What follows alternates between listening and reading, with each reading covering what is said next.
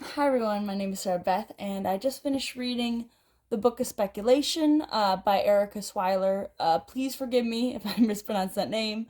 This was published in 2015 and is about 350 pages long. It's actually a quite quick read, a very easy read. I know I've been saying that a lot lately, but trust me, I know when you're just trying to get through books. I really, really wanted to like this book.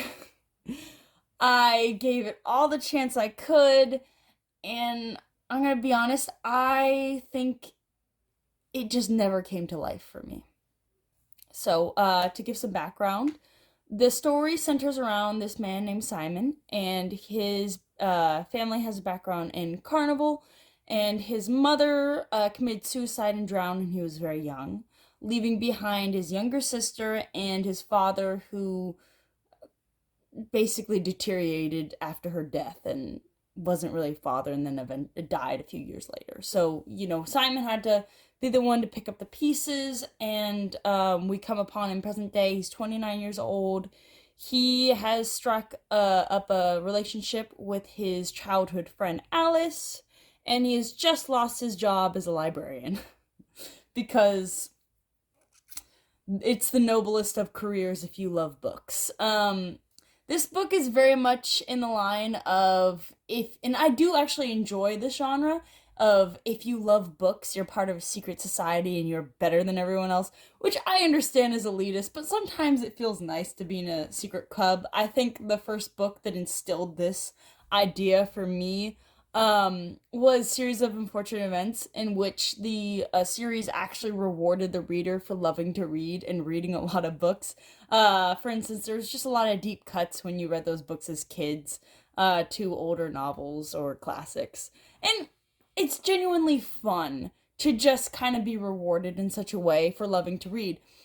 And that's why I wanted to like this book. I also think that the plot itself is quite intriguing because you have this man who is living in this town, and he's got this air of mystery around him, around his whole family, because he doesn't know much about his family because of his mother's death.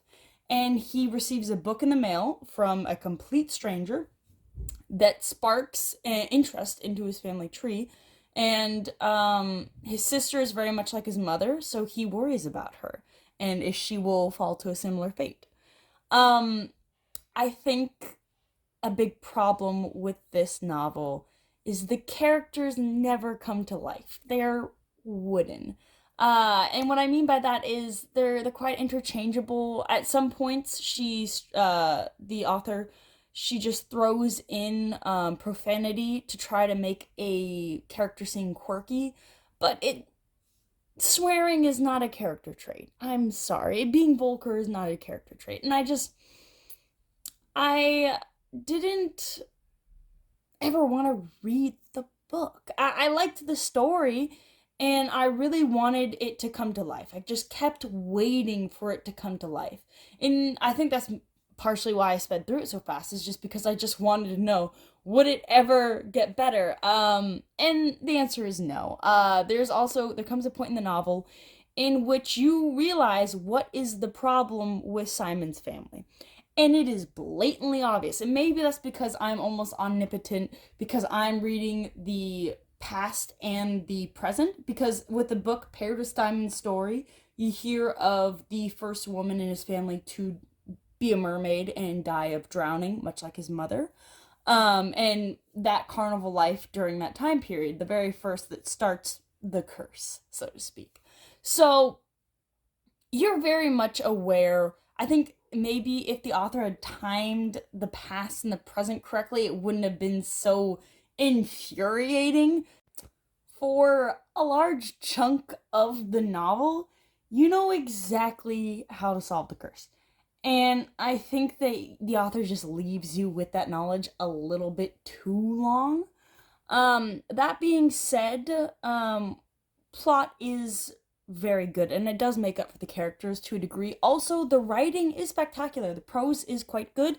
Erica, is the author, is able to paint a very vivid picture at times, and just the visuals are quite striking. But to me, it's really hard for a book to make up for not strong characters. I'm a very character-driven reader. If you like the book Secret History of Witches, I honestly felt this was quite similar.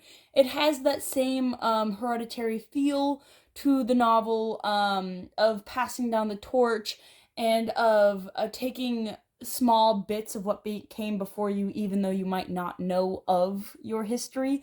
I find that the two books are quite similar. I didn't personally like said book, but if you do, I think this is actually a perfect recommendation for you. I do believe that for me, a better book to read that I expected this book to turn out like. I mean, seeing that our main character is a librarian and you want to feel entrenched in a secret world of books because the whole plot of the book is spurred forward by the main character receiving a book. I think a similar title in that vein would be Shadow of the Wind, which I think beautiful language, love the book, and I'd honestly prefer to read that instead of this. I think that it hurts me to say this because I really wanted to like this book because there were so many great aspects of this book, and I think that the author is quite talented, and I think that I should look into her body of works. Maybe there's a more recent book that has come out within, because this came out in 2015, that's almost 10 years ago, which, has her skills have increased, so I probably should be looking into that. If you have any suggestions, please comment below. I will also say a warning, if you get the Target edition paperback, it comes with deckled edges. I personally hate deckled edges.